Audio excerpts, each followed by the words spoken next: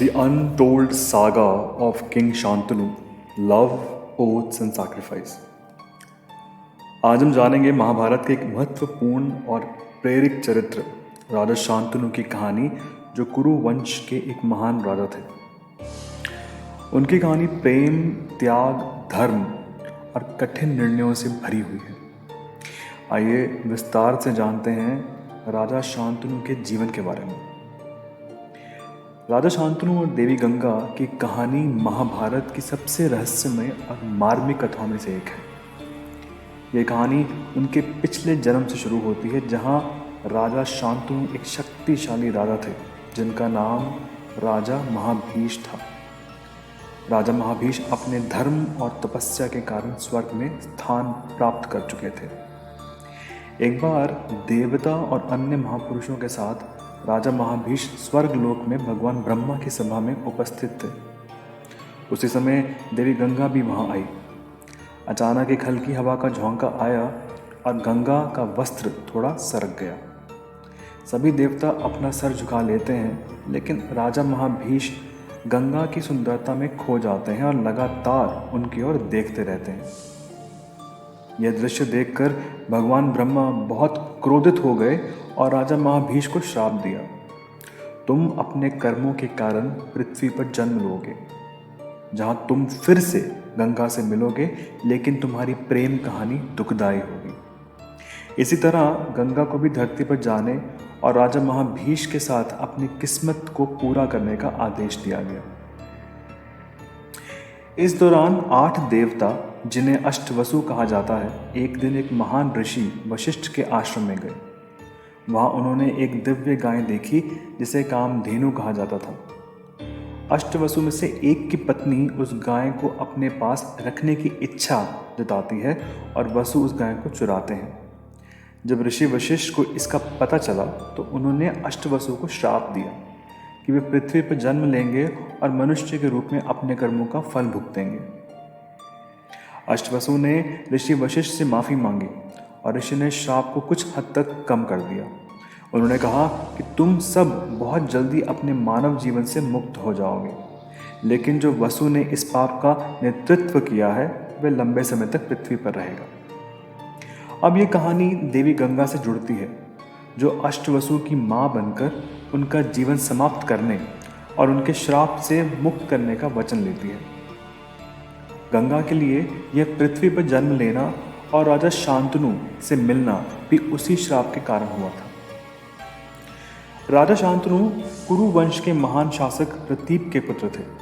शांतनु का जन्म एक धार्मिक और शास्त्रज्ञ परिवार में हुआ था, जो धर्म, न्याय और सत्य के मार्ग पर चलने में विश्वास करता था।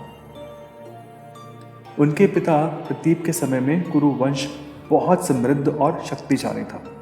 उन्होंने अपने बेटे को भी धर्म और न्याय की शिक्षा दी। वे एक साहसी और वीर राजा थे, लेकिन उनकी कहानी में जो सबसे अद्भुत और रहस्यमय घटना है वह है उनकी मुलाकात देवी गंगा से। राजा शांतनु जब युवा हुए तो उन्होंने एक दिन गंगा नदी के तट पर एक अत्यंत सुंदर महिला देखी। यह महिला स्वयं देवी गंगा थी, जिन्होंने एक मनुष्य रूप धारण किया था। शांतनु देवी गंगा के सौंदर्य से अभिभूत हो गए और उन्होंने उनसे विवाह का प्रस्ताव रखा। देवी गंगा ने यह शर्त रखी कि वह जो भी करेंगी, राजा शांतनु उनसे कोई सवाल नहीं करेंगे और ना ही उन्हें रोकेंगे। राजा शांतनु उनके प्रेम में इतने डूब गए थे कि उन्होंने यह शर्त स्वीकार कर ली। विवाह के बाद राजा शांतनु और देवी गंगा के 8 पुत्र हुए, लेकिन देवी गंगा ने 7 पुत्रों को जन्म के तुरंत बाद ही गंगा नदी में बहा दिया। राजा शांतनु इस घटना से बहुत दुखी थे, लेकिन उन्होंने गंगा से कुछ भी नहीं पूछा, क्योंकि वे अपनी शर्त को निभा रहे थे। जब 8वां बच्चा हुआ, जिसे बाद में भीष्म के नाम से जाना गया, राजा शांतनु से नहीं रहा गया और उन्होंने गंगा को रोकते हुए पूछा, तुम ये क्या कर रही हो? गंगा ने राजा शांतनु को उनके पूर्व जन्म की सारी कहानी बताई और कहा कि वे अष्टवसु को उनके श्राप से मुक्त कर रही थी। केवल 8वां वसु, जो पाप का मुख्य कारण था, वही पृथ्वी पर रह गया। गंगा ने कहा, अब मैं अपनी शर्त के अनुसार आपको छोड़ के जा रही हूँ, लेकिन इस बच्चे का नाम देवरथ होगा और इसका पालन पोषण मैं करूँगी, और जब ये युवा होगा तब इसे आपके पास वापस ले आऊँगी। देवव्रत को ऋषि वशिष्ठ ने वेदों की शिक्षा दी और परशुराम ने युद्ध कला दिखाई। गंगा ने देवव्रत को पाला और जब एक महान योद्धा बन गया तब उन्हें राजा शांतनु के पास ले गई। राजा शांतनु ने अपने पुत्र देवव्रत को देखा और बहुत गर्व महसूस किया। देवव्रत एक आदर्श पुत्र और योद्धा बने और राजा शांतनु के संरक्षण में अपनी शिक्षा और युद्ध कला में पारंगतता प्राप्त की। इसके बाद राजा शांतनु की मुलाकात यमुना नदी के किनारे एक मछुआरन कन्या सत्यवती से हुई। राजा शांतनु सत्यवती के सौंदर्य से मोहित हो गए और उनसे विवाह का प्रस्ताव रखा। सत्यवती के पिता ने यह शर्त रखी कि सत्यवती का पुत्र ही हस्तिनापुर का अगला राजा बनेगा। राजा शांतनु इस शर्त को मानने में असमर्थ थे, क्योंकि उनके पुत्र देवव्रत ही उनके उत्तराधिकारी थे।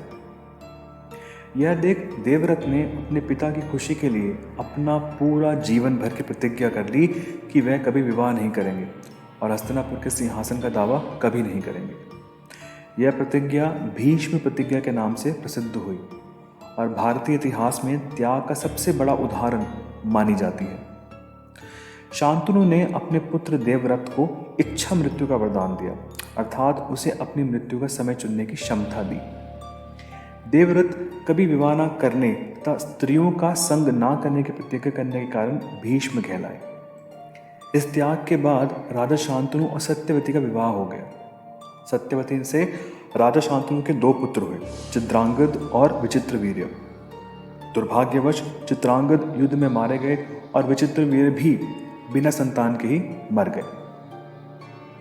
राजा शांतनु का अंत दुखद था। राजा शांतनु ने अपने जीवन में बहुत कठिनाइयों का सामना किया।